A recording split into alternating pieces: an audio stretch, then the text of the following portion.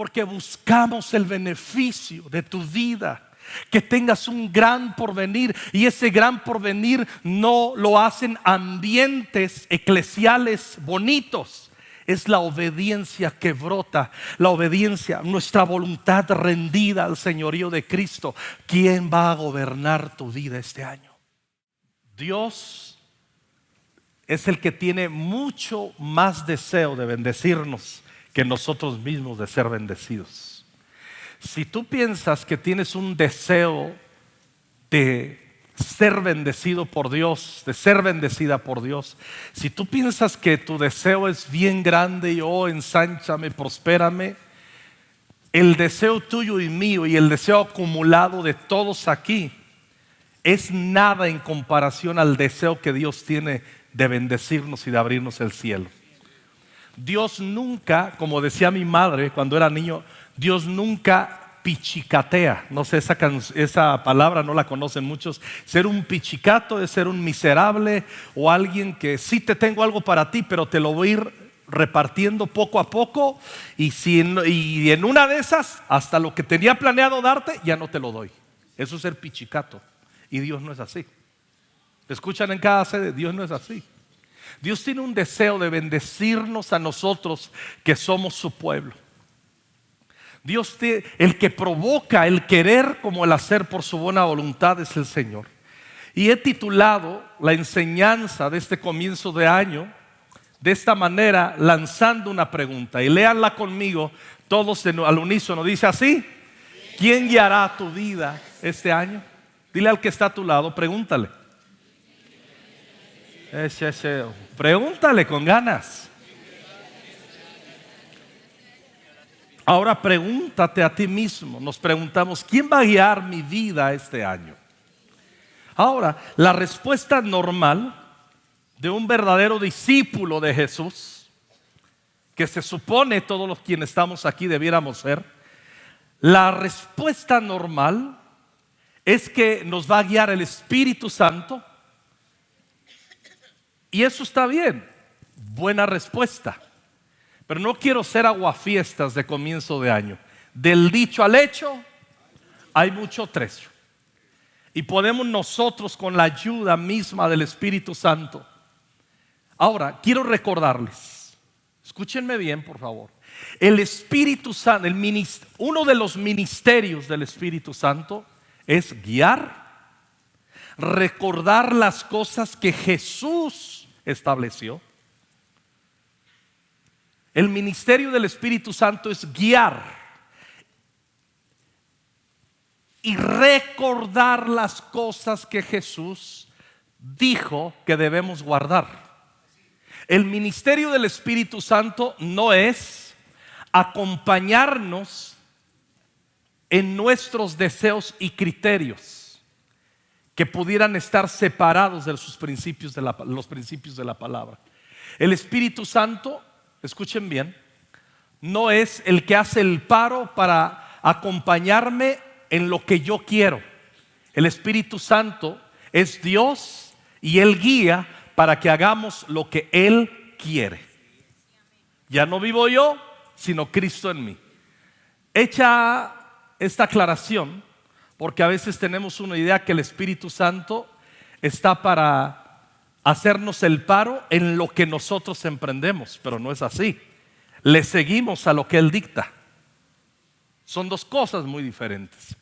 Pero realmente lo que pretendo en este comienzo de año es que pudiéramos entender que no bastará nuestro buen deseo, que sea el Espíritu Santo quien nos guíe, si no determinamos con sinceridad en nuestro corazón que esta es la única manera que aseguraremos las victorias que soñamos en este año. Ahora, hay versículos, están vivos, pero a veces los decimos tanto que creemos que son frases facebookeras opcionales. Separados de mí, nada podéis hacer. Hermanos, es que es un absoluto. Separados de Jesús, no podemos hacer nada.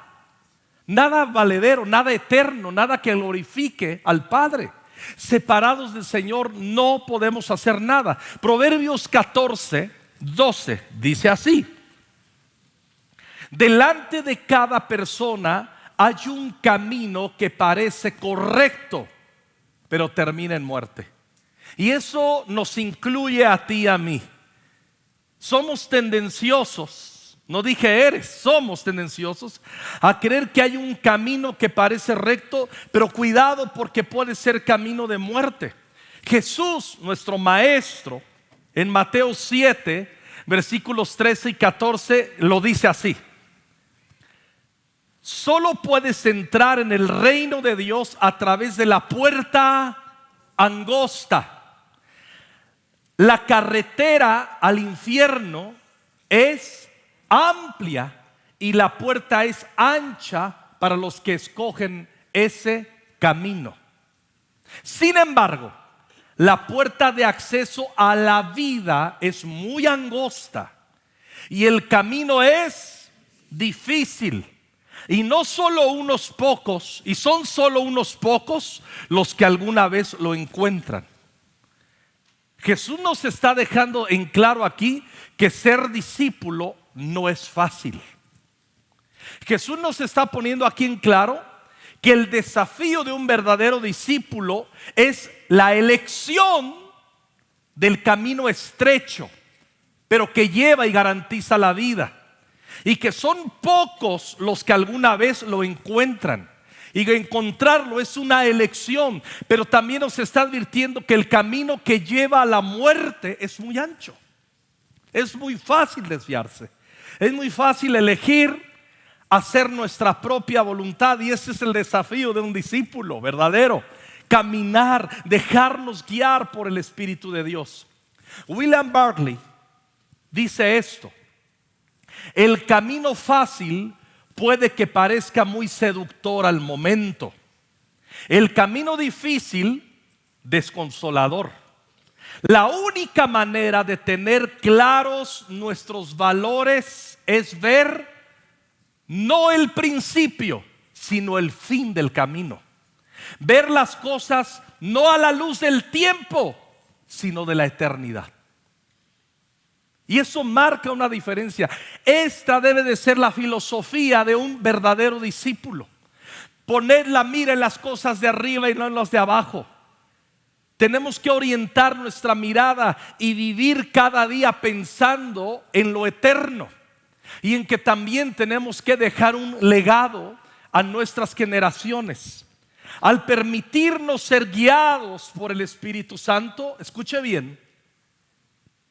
Al permitirnos ser guiados por el Espíritu Santo, elegimos el camino estrecho porque anularemos cualquier posibilidad para andar en nuestro propio camino, porque es tendencioso a la autoindulgencia. Ahora, ¿qué es ser autoindulgente? Lo busqué en un diccionario y me gustó esta definición sencilla. Autoindulgencia, escuche bien: tendencia de la persona que busca disculpar sus propios errores o de aceptar con facilidad sus propios defectos. ¿Se acuerdan de una canción del profeta José José? Soy así, así nací y así me moriré. Borracho yo nací. Cántenla conmigo. Borracho yo he crecido. ¿Y qué decía José Alfredo? Y sé sinceramente que borracho he de morir. Todas las canciones que orienten nuestra alma a la autoindulgencia, a la justificación, a disculpar nuestros propios errores o a aceptar con facilidad nuestros propios defectos, es todo lo opuesto a ir detrás del Espíritu Santo. Entonces, cuando yo elijo como discípulo de Jesús dejarme guiar por el Espíritu Santo, estoy anulando Estoy tomando la decisión de anular cualquier posibilidad para andar en mi propio camino, porque nuestros propios caminos son caminos que nos llevan a la autoindulgencia, a disculparnos. Pues yo soy así y tú me conociste así desde antes de casarnos y ya sabías que yo era así y pues ahora te aguantas y yo te advertí. Yo he perdido amistades significativas. Tuve un mentor. Escuchen bien, cuando estoy hablando de los 5 hombres que más influyeron mi vida. Que esa influencia en su momento la guardo y que formaron, no solo en mí, en Norma, formaron en nuestro carácter ministerial muchas cosas. Pero tenía una tendencia a este ministerio, lo honro, lo bendigo, donde quiera que encuentre, a estar peleado con el cuerpo de Cristo, a criticar a las iglesias. Y le decían, no, tú no puedes hacer eso. Y llegó un momento, yo lo aguanté, lo soporté, aunque era mi mentor, éramos amigos, y le dije, tú no puedes hacer eso. Llegó un momento en el que yo le tuve que decir, cambias tu actitud o no podemos caminar. Porque criticar el cuerpo de Cristo, criticar la iglesia, es tentar y golpear a Jesús mismo. Y me dice, pues no voy a cambiar. Y si quieres aceptarme así sin yo cambiar, podemos seguir nuestra amistad. Estábamos desayunando en nuestra propia casa. Así él era un niño. Y lo recuerda, sabe muy bien de qué estoy hablando. Después de caminar años juntos, nos levantamos, nos abrazamos, lloramos, nos dimos un beso y no nos hemos vuelto a ver en la vida. Le dije, yo no puedo caminar contigo. Yo no puedo ser indulgente con una ofensa tuya al cuerpo de Cristo. Te amo, pero no puedo caminar contigo. Porque estás violando un principio de la palabra. ¿Me estoy explicando?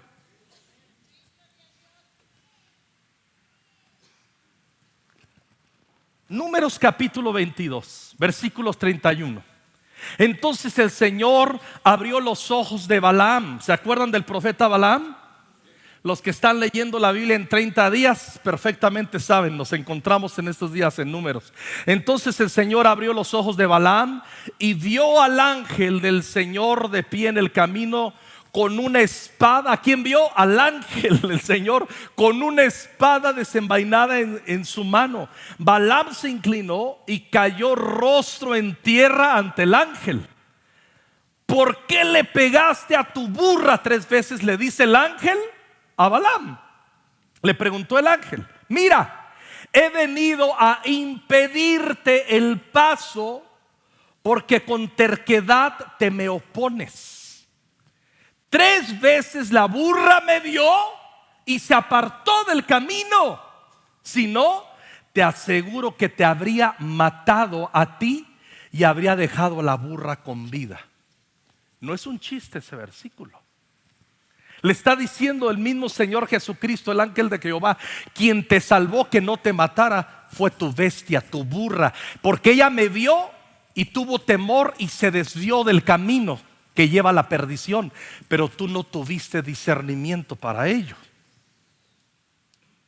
Entonces Balaam le contestó al ángel del Señor, he pecado, no comprendí que tú estabas parado en el camino para impedirme el paso. Volveré a casa si te opones a mi viaje. Quisiera comentar más amplio, pero no es el momento. Cuando se le aparece el ángel de Jehová al profeta Balaam, lo primero que le echa en cara es que su burra ha mostrado mayor discernimiento que él mismo.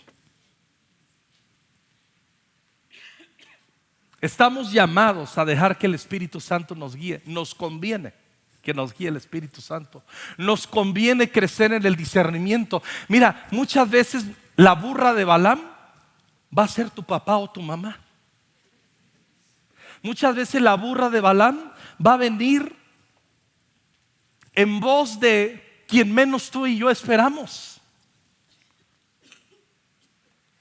Tenemos que estar dispuestos a estar abiertos a la voz del Espíritu Santo. Y una vez que el Señor nos habla, caminar en ello. No podemos ser autoindulgentes en nuestra vida, porque eso nos va a llevar al fracaso. Escuchen bien, jóvenes, señoritas que andan entre azul y buenas noches, matrimonios que andan entre azul y buenas noches en su vida de fe. Basta. No te va a disculpar este año el Señor. Estoy hablando proféticamente. No te va a disculpar el Señor este año. Se acabó. Se terminó la historia. ¿Te ha hablado el Señor por el amor de tus padres? ¿Te ha hablado el Señor por el amor de tu madre? ¿Te ha hablado el Señor desde este púlpito de diferentes voces? ¿Te ha hablado el Señor a tu conciencia? ¿Te ha hablado el Señor de muchas, como dice Hebreos, Dios habiendo hablado muchas veces y de muchas maneras, dice, nos habla ahora por Cristo? Y las cosas van a cambiar, pero nos conviene andar detrás del Espíritu Santo. Es la manera en que vamos a garantizar su presencia en nuestras vidas. Es la mayor herencia que podemos tener. Las bendiciones, sueños y libertad que deseamos para este año son posibles si determinamos que el Espíritu de Dios sea el Señor en nuestros corazones. Si determinamos que el Espíritu Santo sea el Señor, kurios en griego. El Señor para nosotros en nuestra cultura latina es el don de la esquina. Es el Señor panzoncito y con barba blanca. Ay, mira, ahí viene el Señor. ¿Sí me explico? No. En el contexto que el apóstol Pablo escribió, 2 Corintios 3, 17, es la palabra kurios. Solamente se le podía decir Señor al César. Era algo, no se le podía decir Señor, porque decir Señor implicaba Él es el amo, lo que Él diga, eso es. Y si yo no voy detrás de la voz del amo, trueno, me matan, me encarcelan, me anulan, pierdo. Entonces, escuchen bien, en 2 Corintios 3, 17 dice, léalo conmigo en voz alta, en cada sede léalo conmigo fuerte. Pues el Señor es el Espíritu. Y donde está el Espíritu del Señor, allá hay libertad. No dice el Espíritu de Dios, aunque es el Espíritu de Dios, pero aquí está resaltando donde el Espíritu Santo señorea, donde Él guía, donde Él dice es por acá y yo le sigo. No donde yo le digo Espíritu Santo, ¿me puedes acompañar? Fíjate que tengo este plan, ven, sígueme. Y a veces creemos que el Espíritu Santo no es tonto, el Espíritu Santo es Dios. El Espíritu Santo no es Santa Claus. El Espíritu Santo no es tu papá o tu mamá débiles en su fe, manipulables, tolerantes. No. El Espíritu Santo es Dios. Él es el Señor. Y dice que si yo, donde está el Espíritu del Señor, donde hay un ambiente del señorío del Espíritu Santo, ¿cuál es la garantía? ¿Cuál es la garantía? ¿Cuál es la garantía? Libertad. Somos libres cuando nos sometemos al señorío de Cristo. Ese es el desafío permanente en nuestras vidas, hermanos. Ese es el desafío permanente de un verdadero discípulo día a día. Ahora vaya conmigo rápidamente. Instrucciones para los reyes del pueblo de Dios. Vamos a ver un ejemplo y estudiar un ejemplo bajo contextos. Deuteronomio 17 del 18 al 20. Esto estaba en la ley de Moisés. Dice, cuando se siente en el trono a reinar, habla de las reglas para los reyes. ¿Está bien? Cuando se sienta en el trono a reinar, deberá producir una copia de este conjunto de instrucciones en un rollo, en presencia de los sacerdotes y levitas. Hablaba de la ley. Tendrá esa copia el rey siempre consigo y la leerá todos los días de su vida. Escuche bien, aquí me detengo. Ahorita usted va a encontrar un montón de reels esta semana.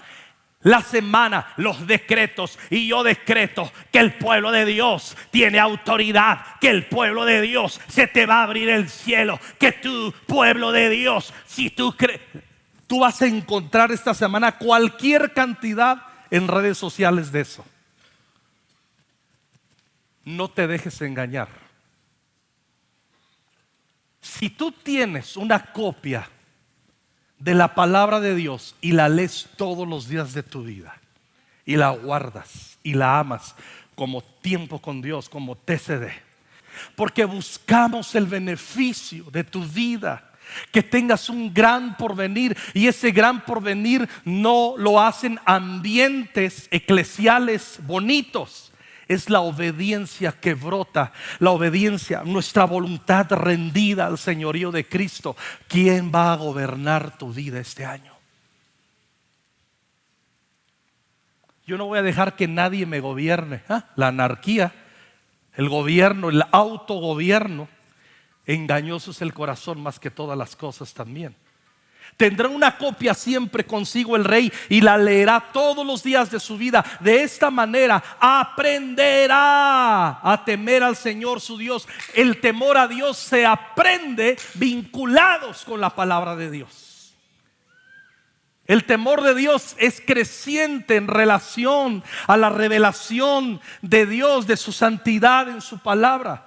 Dice, aprenderá a temer al Señor su Dios al obedecer todas las condiciones de esta serie de instrucciones y decretos. 20. La lectura diaria impedirá que se vuelva orgulloso y actúe como si fuera superior al resto de sus compatriotas. El orgullo, la vanidad, que es todo lo opuesto a la virtud de la humildad, brotan de estar desligados a la voz del Espíritu Santo manifestada por su palabra. Y también impedirá que se aparte de los mandatos en lo más mínimo. Además será una garantía, aleluya, de que él y sus descendientes reinarán por muchas generaciones en Israel. ¿Quieres bendición a tus hijos? ¿Quieres perpetuar bendición a tus generaciones, a los que están por nacer? ¿Quieres hacerlo? ¿Lo quieres? ¿Lo deseas para tus hijos, para tus nietos, bisnietos? ¿Lo deseas, sí o no? Contéstenme. Y lo deseas. Vamos a conectarnos con la palabra y con la voz del Espíritu Santo, que es la palabra misma, con el verbo que estamos leyendo en TCD. En el principio era el verbo y el verbo era con Dios y el verbo era Dios. Este era en el principio con Dios. Todas las cosas por Él fueron hechas y sin Él nada de lo que ha sido hecho fue hecho. Es mismo Jesús. Amén. Entonces esas eran las instrucciones para los reyes. El apego a la palabra de Dios es una garantía para conducirnos en integridad y en el temor del Señor. Nos desviamos del camino de vida al preferir nuestra intuición o ser dominados por el espíritu de la época. Siempre será una competencia la autoindulgencia y la intuición. Un cristiano no vive por intuición, vive por la palabra. A mí se me hace, yo pienso que, o yo supongo que, o ese es tu sentir. Yo creo que no es así. ¿Qué dice la palabra? ¿Qué dice Jesús? ¿Qué dice la palabra? ¿Qué habla Jesús? O a veces somos dominados por el espíritu de la época. Fracasaremos en este año y no es la voluntad de Dios. Si somos indiferentes a la palabra del Señor, y escuche bien, y la confundimos con un manual de propuestas en lugar de la autoridad suprema de nuestra vida. La Biblia no es un manual de propuestas. No lo es. La Biblia no propone, la Biblia guía, santifica, purifica, direcciona. Y si nosotros no la tenemos como la autoridad suprema de nuestra vida, pues no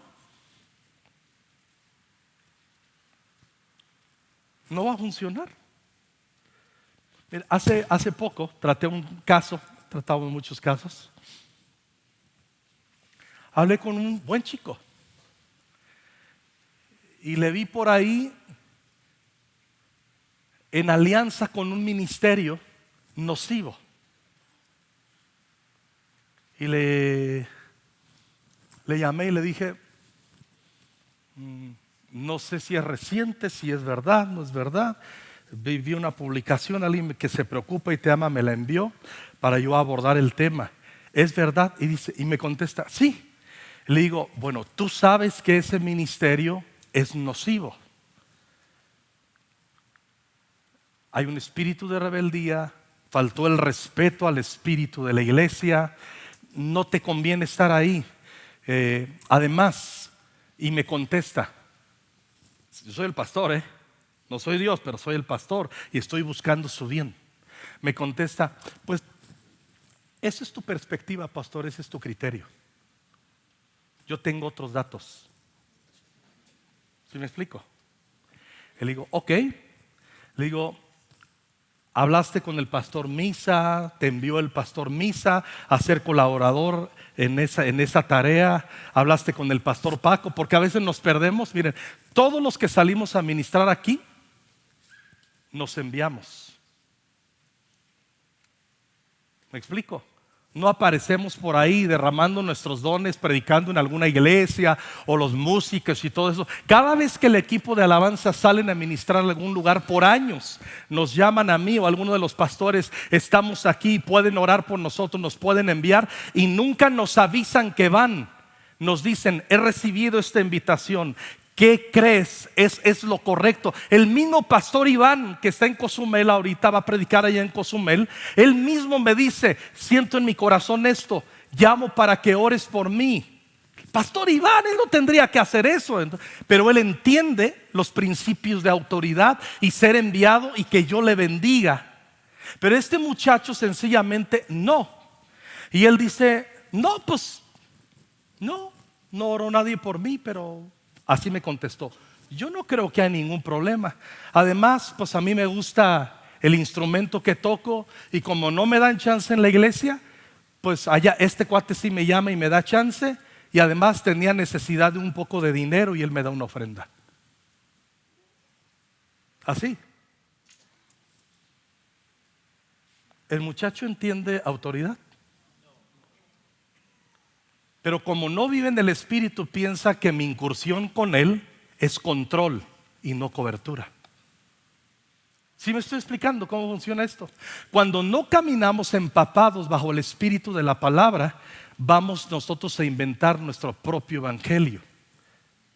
Vamos a inventar nosotros nuestros propios criterios. Eso puede pasar en tu propia casa. Que tus papás te dan una recomendación, que tus papás, miren, una recomendación de un papá a un hijo sabio la toma como una orden. El hijo virtuoso entiende que una recomendación de papá o mamá es una orden a obedecer, no una opción. Dije el hijo o la hija virtuosa. Y para desarrollar virtud necesitas caminar en el Espíritu y estar sumergido en el Espíritu de la palabra. De otra manera no. La palabra no es un manual de propuestas. Escúchenme, en cada sede no es un manual de propuestas. En lugar de ello, de verlo de esa manera, la autoridad suprema de la palabra debe de estar rigiendo nuestras vidas. La tarea de los levitas, vamos rápidamente, me quedan muy pocos minutos, leeremos rápido. Números 4, un ejemplo. El trabajo de los levitas coatitas, los de la casa de Coat, no los coatitos, los coatitas. Él dice en Números 4:4, el trabajo de los coatitas en lo que tiene que ver con la carpa del encuentro, el tabernáculo, será el de hacerse cargo del transporte de las cosas más sagradas. Esa era la chamba de los levitas de la casa específica de Coat. ¿Está bien? Versículo 8. Extenderán una tela roja sobre esto, cubrirán la mesa con una cubierta de cuero de delfín y después le colocarán los palos. ¿Para qué? ¿Cuál era la tarea de la casa de Coat, de los levitas coatitas? Transportar el arca. 15. Aarón y sus hijos terminarán de cubrir todo el equipo sagrado y todos los objetos sagrados. Una vez que el campamento esté listo para moverse, entonces los coatitas podrán venir a cargar todo esto. Pero ellos no deberán tocar las cosas sagradas para que no mueran. Los coatitas cargarán las cosas de la carpa del encuentro. Eran utileros y eran transportadores del arca. ¿Está claro o no? Número 7, para que amarre, versículo 6. Entonces Moisés recibió las carretas, vinieron y dieron unas ofrendas, el pueblo, ese es el contexto, y Moisés repartió carretas a diferentes grupos de los levitas para facilitarles el trabajo. ¿Me explico? Es como el departamento, no, ahorita que en enero todos meten sus requerimientos y piden 5 computadoras y esto y lo otro, así. Pero hay que, si queremos que funcione todo aquí, hay que crear presupuesto para ayudarlos. Hay que darles sus carretas. ¿Está bien? Hola. Entonces Moisés recibió las carretas y el ganado y se lo repartió ¿a quién? Léalo conmigo, ¿a quién? Les dio 2 carretas y 4 bueyes a los gersonitas. Pero eso era lo que ellos necesitaban para hacer su trabajo. 4 carretas y 8 toros a los de la casa de meraritas. Pues eso era también lo que ellos necesitaban para hacer su trabajo bajo la dirección de Itamar, hijo del sacerdote Aarón. 9, escúchenlo bien. No les dio nada de eso a los coatitas, porque el trabajo de cargar las cosas sagradas lo debían hacer ellos mismos sobre sus hombros. Más claro el trabajo de los coatitas, ni les dio carretas. Dice, no, ¿para qué les doy carretas? Ustedes no necesitan eso. Su trabajo es cargar el arca. Primero de Crónicas 13. Ahora hago una pregunta. El rey David conocía la ley, conocía estos versículos. El rey David conocía estas disposiciones en la ley, ¿sí o no? Y David era un apasionado por el arca de Dios. Entonces conocía perfectamente las disposiciones para el traslado del arca David, ¿sí o no? Sí.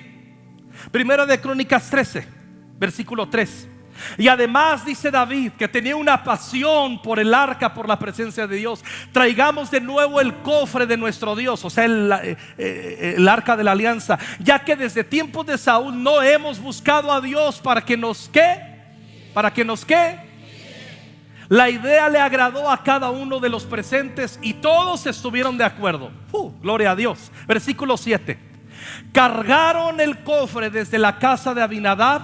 ¿En dónde? En una carreta nueva guiada por Usa y Agío. David y todo el pueblo de Israel celebraban ante Dios con mucho entusiasmo. Bailaban y cantaban al son de liras, arpas, tambores, platillos y trompetas. 9. Cuando llegaron al lugar donde se trilla el trigo, propiedad de Kidón, los bueyes tropezaron, haciendo caer el cofre, pero Usa alcanzó a sostenerlo antes de que se cayera.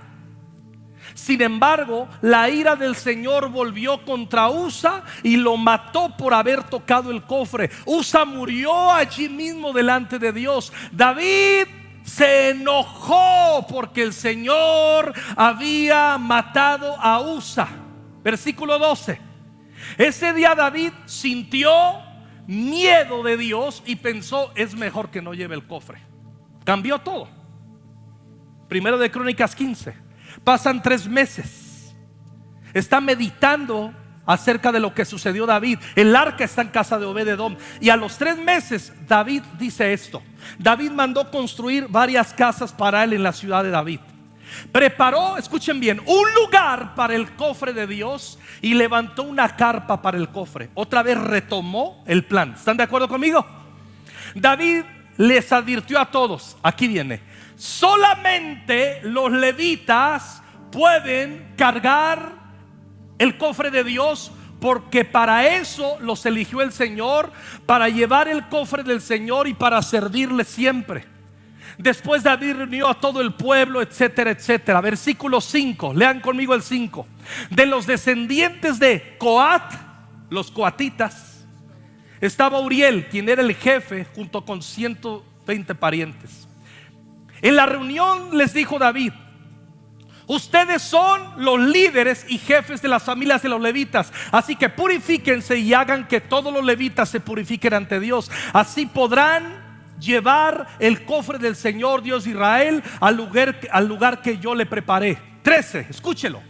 Como ustedes no estaban con nosotros la primera vez, que resultó en un fracaso, el Señor nuestro Dios se enojó con nosotros. ¿Por qué? Porque no lo consultamos en la forma que Él había mandado. Entonces, ¿quién guió esa decisión que parecía correcta, de buena motivación de David? ¿Quién la guió? Él, con que sea para Dios. Yo me acuerdo cuando era niño, pasaban los hermanos y decían: hermanos, voy a cantar esta bonita alabanza para el Señor. Si sale bien, es para mi Cristo. Si sale mal, es para el hombre. Y yo era niño, yo decía, y pasaba una hermana a cantar horrible, horrible. O sea, en vez de sentir la presencia, se sentía opresión. ¿Por qué tiene que cantar la alabanza alguien desafinado? Si no eres afinado, ahora que otra vez van a llamar al equipo, si no cantas bien, no sueñes que cantas bien, cantas feo, no vas a servir en la alabanza. Dedícate a gritar aleluyas y a hacer gritos de alabanza, pero no a cantar. No, por lo menos, si me explico, tenemos que ser sabios en ello. ¿Están conmigo? Entonces David les está diciendo: no, yo lo hice, pero no consultamos al Señor como había mandado. Todo el pueblo de Israel, dice el 28, escoltó el cofre del pacto del Señor. Iban ¿qué? Llenos de júbilo, cantando al ritmo de cuernos de carneros, trompetas, platillos, arpas y liras. No lo hicieron así la primera vez. No lo hicieron así la primera vez. Pero iba en un carro. No eran los coatitas que lo llevaban conforme Dios dijo. Fue un rollo que le echó de su propia cosecha David. No le vamos a echar de nuestra propia cosecha a nuestra vida este año. ¿Qué dice el Señor? ¿Qué te ha hablado el Espíritu Santo? ¿Qué habla tu conciencia? ¿Qué te dice en la palabra? ¿Qué te dice en tiempo con Dios? ¿Cómo te habla el Señor a través de profetas, que los primeros son tus padres, tus hermanos, tus mentores, tus líderes de grupo Conexión? Tus líderes de grupos Conexión están para ratificar la voz de Dios en ti, no para controlarte. Dejen de controlar líderes de grupos Conexión. Es un maldito espíritu de control que ni siquiera yo lo ejerzo aquí, ni lo modelo.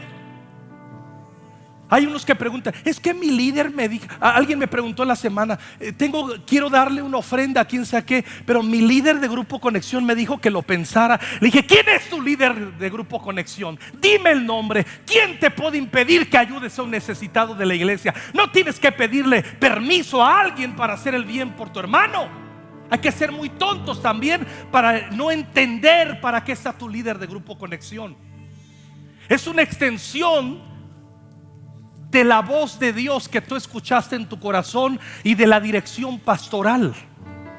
Que nuestra dirección pastoral, si no es conforme a la palabra, tú no tienes por qué seguirnos. Ninguna instrucción pastoral que yo pudiera dar aquí, o alguien que esté socavando, degradando el espíritu, la esencia de la palabra de Dios, debiera ser escuchado. ¿Están conmigo? ¿Quién va a guiar nuestras vidas en este año, hermanos? Es una elección. Yo elijo qué voz escucho.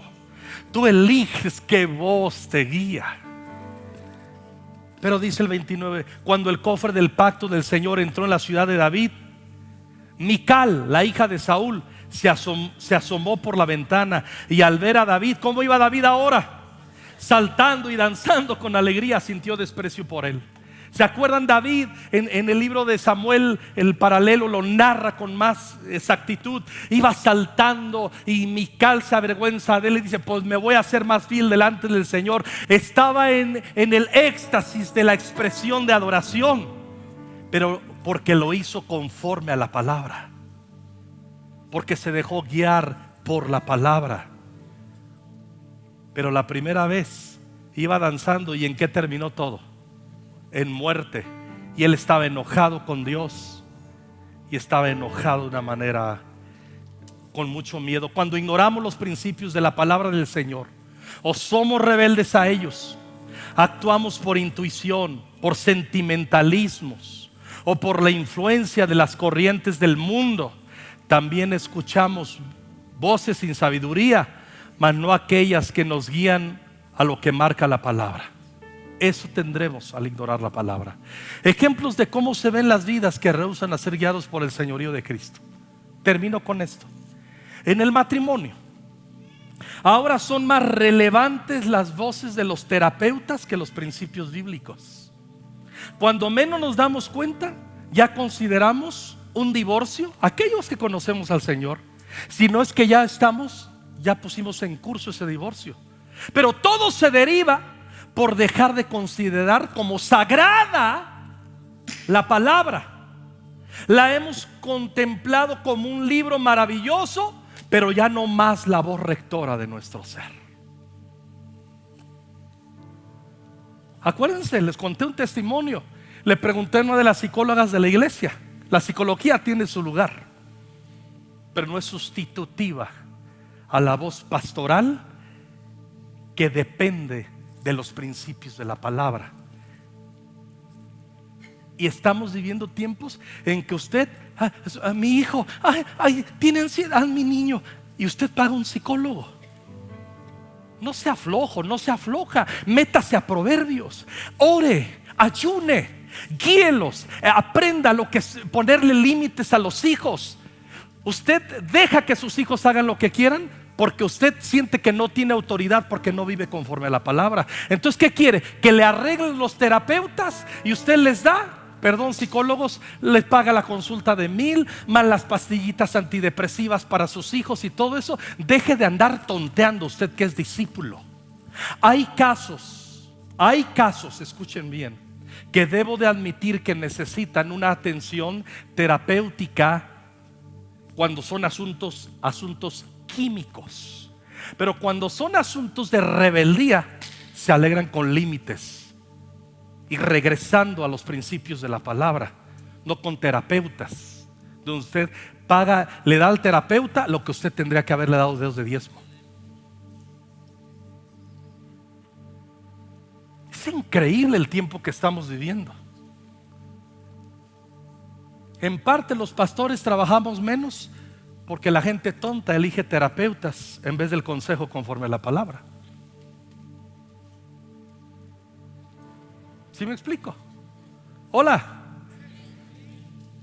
Porque es una responsabilidad vivir indagando qué es lo correcto y qué va a guiar mi vida este año. Yo sé que a lo mejor ustedes escuchaban un mensaje de ánimo. No, este mensaje le puede salvar la vida. Y le garantizo que si andamos conforme a la palabra viviremos. En cuanto a la crianza de los hijos, les decía, pesan más los reels de 3 minutos en las redes sociales que la prudencia y la virtud que vienen al indagar con devoción los principios bíblicos, con los cuales debemos dirigir a nuestros hijos e hijas a propósitos eternos. Pero pesan más, se mandan más reels de psicólogos que versículos bíblicos que te hacen crecer en virtud y sabiduría para guiar y establecer a tus hijos en la fe. En cuanto a nuestra relación con la iglesia, ¿puede más la oferta que me permita desarrollar mis dones sin estar bautizado en un compromiso con la iglesia local? Ya que hoy rendir cuentas o sumisión al cuerpo de Cristo se considera un ataque personal o ser controlados por los líderes eclesiales, pasando por alto los principios de la palabra de Dios. ¿Qué hace la gente? Yo he vivido 33 años pastoreando. Les aprietas un poco con la palabra y le huyen a otra iglesia y van a quejarse que soy un controlador o que el equipo pastoral es un controlador. Usted es un rebelde, más bien. A usted no le gusta andar en la luz, no le gusta que le alumbre la luz de la palabra. En cuanto a la castidad, los jóvenes Ya pueden tener relaciones de noviazgo sin límite, incluyendo en muchas ocasiones ir a la cama, fornicar. De cualquier manera, es menester de la iglesia amorosa aceptarme con mis desórdenes y preferencias, aunque con ellos yo esté violando los valores universales de la palabra de Dios. Ya se empieza a hacer, ya empiezan a normalizar saltar de un novio a otro. Chicas, ¿no se dan cuenta que se queman? Muchachos, ¿no se dan cuenta que se queman? ¿O andan ocultando? Ya la inmoralidad ya la están normalizando. No, no es así. No es así y no va a ser así. Si tú lo quieres hacer es porque estás desligado de la palabra. ¿Quién guía? ¿Quién guiará tu vida este año? Proverbios 19:3. La gente arruina su vida por su propia necedad y después se enoja contra el Señor. ¿Cuántas veces lo dije el año pasado este versículo? Subráyelo, apréndaselo. Proverbios 19:3 en la TLA.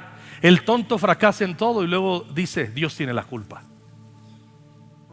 Yo no quiero que termine el 2025 siendo un tonto fracasado y decir: Dios, tú no me bendijiste, tú no estuviste de mi lado. Yo no quiero ser ese tonto.